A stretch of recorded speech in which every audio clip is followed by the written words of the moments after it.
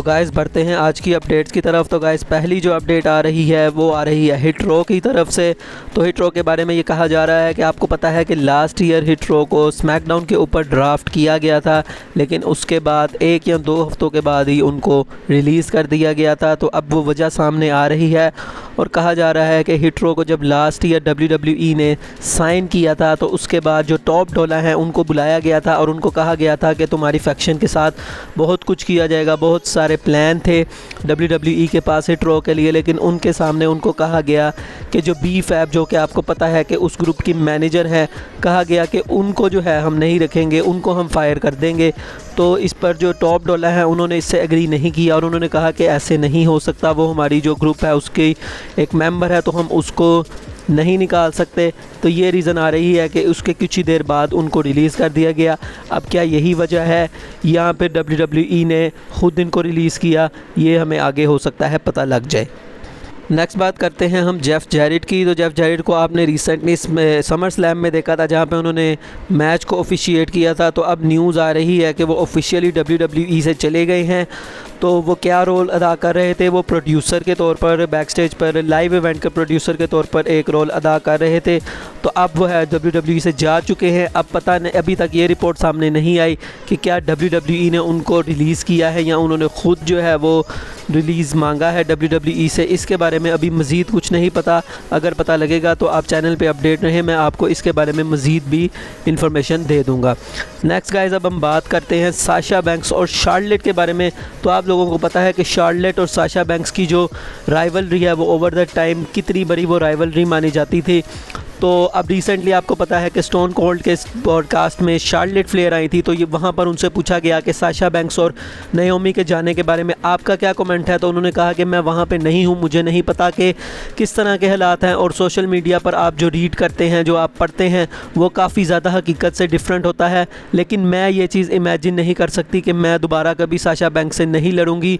तो और नाओमी के बारे में भी उन्होंने यही कहा कि हमने रिसेंटली स्मैकडाउन में फ्यूड की थी और हमारा अभी अनफिनिश्ड बिजनेस है, तो मैं इन दोनों से कभी नहीं लड़ूंगी, मैं ऐसा सोच भी नहीं सकती और मुझे लगता है कि वो दोबारा वापस आ जाएंगी।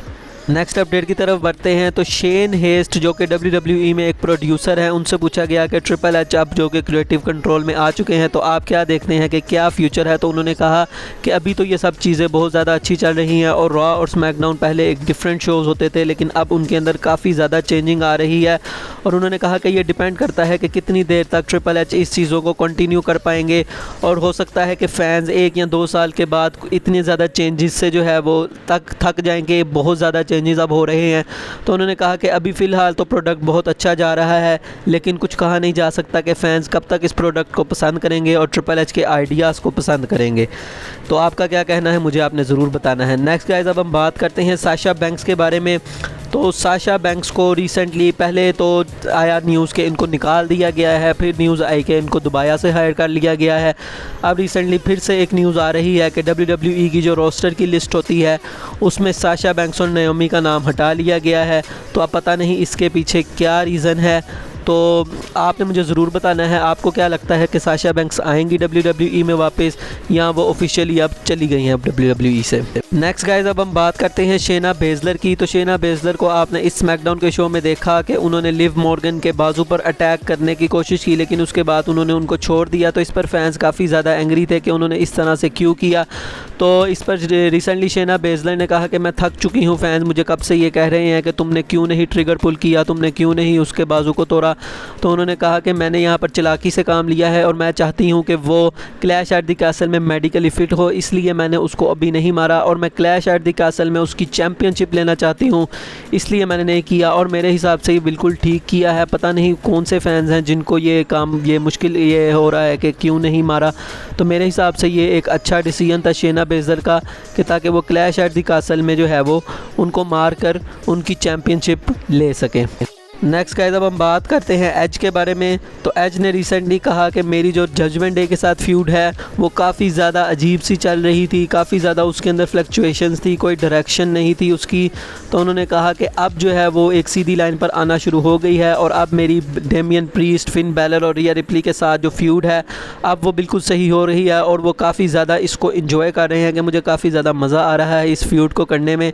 तो और उन्होंने कहा कि काफ़ी ज़्यादा इसमें जो इंजरीज़ वगैरह की वजह से भी इस फ्यूड को काफ़ी ज़्यादा डिले किया गया। आपको पता है कि रिया रिप्ली को इंजरी हो गई थी, तो अब ये फ्यूड चल रही है और अब हम देखते हैं कि ये फ्यूड हमें कैसी देखने को मिलती है। नेक्स्ट गाइस, अब हम बात करते हैं बैकी लिंच के बारे में। तो बैकी लिंच ने रिसेंटली साशा बैंक्स के ऊपर एक शॉट ले लिया, या आप कह सकते हैं कि उनका मजाक उड़ाया।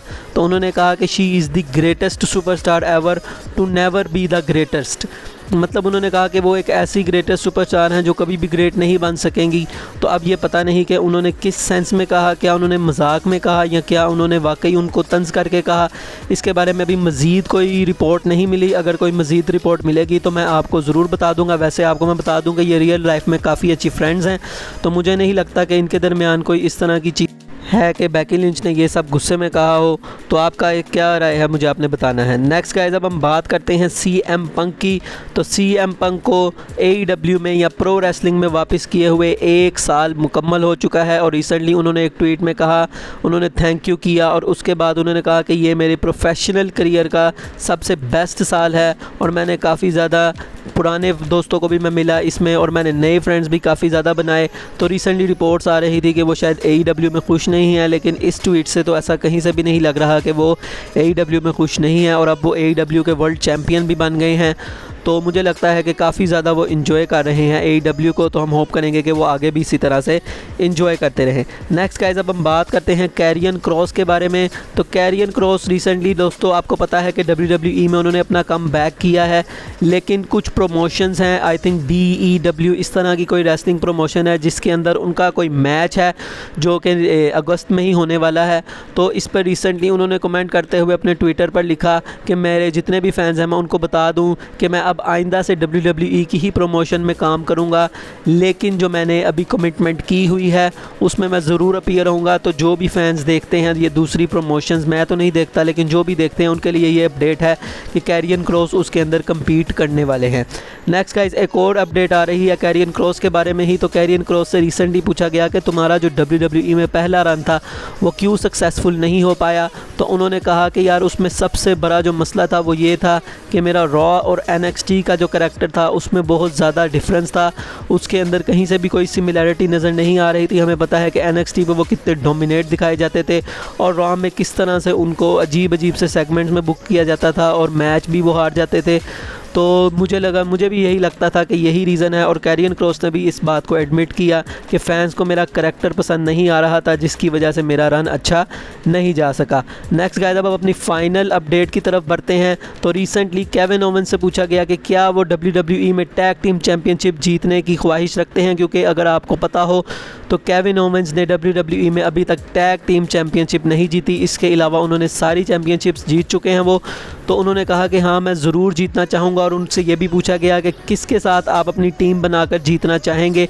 तो उन्होंने कहा कि सैमी ज़ेन जो है वो इस लिस्ट पर ऑब्वियसली टॉप पर है क्योंकि हम दोनों कनाडा से हैं और दूसरी बात कि हम दोनों ही बेस्ट फ्रेंड्स हैं। तो मैं ज़रूर ख्वाहिश करूँगा कि एक सैमी ज़ेन के साथ मैं WWE टैग टीम चैम्पियन बनूँ, क्योंकि मैं और सैमी जहाँ पर भी गए हैं WWE के अलावा हमने हर जगह जहाँ पर भी हम इकट्ठे गए हैं हमने वहाँ की टैग टीम चैम्पियनशिप ज़रूर जीती है, लेकिन अभी तक हमने यहाँ नहीं जीती।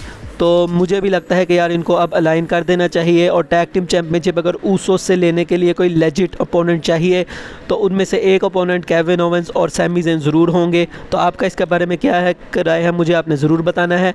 वीडियो अच्छी लगी हो तो लाइक ज़रूर कर दीजिएगा, चैनल को सब्सक्राइब लाजमी कर दीजिएगा। मिलेंगे नेक्स्ट वीडियो में, तब तक के लिए अल्लाह हाफ़िज़।